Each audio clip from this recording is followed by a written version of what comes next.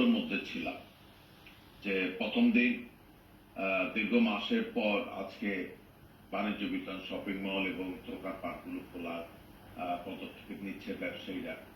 আমরা বলেছি যে সবার আগে রাষ্ট্র, দেশ বেঁচে থাকলে আমরা যারা আছি ক্রেতা এবং আমরা ব্যবসায়ী, আমরা উভয় ব্যবসা করতে পারবো এবং ডিস্টেন্স বজায় রেখে এবং সরকারের স্বাস্থ্য নীতিমালা অক্ষরে অক্ষরে পালন করে এবং আইন শৃঙ্খলা বাহিনীর দেওয়া 8টি পয়েন্ট অনুসরণ করে ব্যবসায়ীরা ব্যবসা পরিচালনা করবে।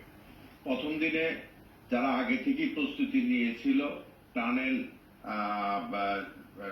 জীবনাশক একটি মেশিন, সেটা অনেকে আগেই প্রস্তুতি নিয়ে গেটের সামনে স্থাপন করেছে।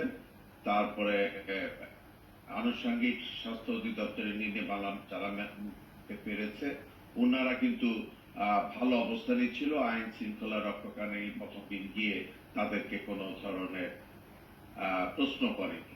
আর যেসব মার্কেট প্রতিষ্ঠানগুলোতে এই ধরনের আয়োজন ছিল না, স্বাস্থ্য নীতিমালার মধ্যে পড়েনি, ওনারা বন্ধ করে চলে গেছেন এবং ওনারা বিভিন্ন জায়গায় গিয়ে প্রস্তুতি নিচ্ছেন আগামীকাল এই সমস্ত স্বাস্থ্য নীতিমালা টানেল ক্যানেল তৈরি করে আবার মার্কেটে স্থাপন করবে। এবং আমরা যে সমস্ত দিক নির্দেশনা দিয়েছিলাম যে ডিস্টেন্স বজায় রেখে, আমরা বলেছি সবার আগে হেলথ ইজ ফার্স্ট, সেদিকে লক্ষ্য রেখে একটা আশ্চর্য হয়েছি যে বলার আগেই দেখা গেছে ক্রেতারা এত ডিস্টেন্স রেখে, ছেলে মেয়ে মুরব্বী বয়স্ক সবাই নিজেরা মাস্ক পরে হ্যান্ড গ্লাভস পরে দূরত্ব বজায় রেখে রেখে হাতে স্প্রে নিয়ে ভিতরে ঢুকছে। ঢুকার পরে লিফটের সামনে দাঁড়ানোর পরে আমরা ফলো আপ করেছি যে খুব একটা সিকিউরিটি গার্ড নিয়ে খুব একটা মনিটরিং করতে হয়নি, ওনারা নিজেরাই 3 ফিট 4 ফিট 5 ফিট করে গ্যাপ রেখেছে।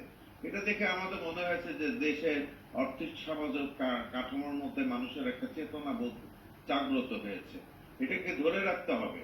এবং মাননীয় প্রধানমন্ত্রী এবং সরকারের পক্ষ থেকে প্রস্তাব এসেছিল যে ক্ষুদ্র পরিসর বলতে আমরা এইটুকুই মেনশন করতে পারি যে ঢাকা থেকে অন্য জেলার সাথে যোগাযোগ বন্ধ টোটালি, এবং বাইরে থেকে কোনো দোকান মালিক এবং কাস্টমার বলেন এবং সেলসম্যান কেউ আসতে পারবে না, শুধু ঢাকার মধ্যে যিনারা আছেন উনারাই ক্ষুদ্র পরিসরে এই ব্যবসা প্রতিষ্ঠানগুলো করবে। আবার দেখা গেছে কিছু কিছু বাণিজ্য বিতান আছেন ওনারা নিজেরাই বন্ধ রেখেছেন নিজস্ব ব্যক্তিগত চিন্তা ভাবনা নিয়ে, এতে কারো কোনো দ্বিমত নেই।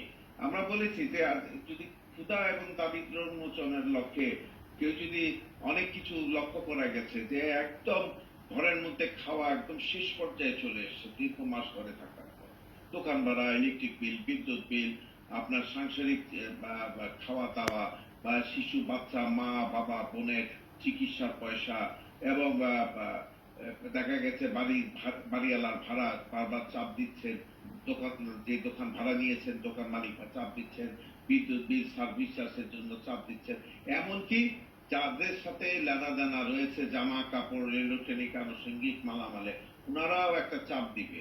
সব দিক লক্ষ্য রেখে কিছু কিছু জায়গায় অল্প পরিসরে ব্যবসা বাণিজ্যের জন্য খোলা হয়েছে। এবং যারা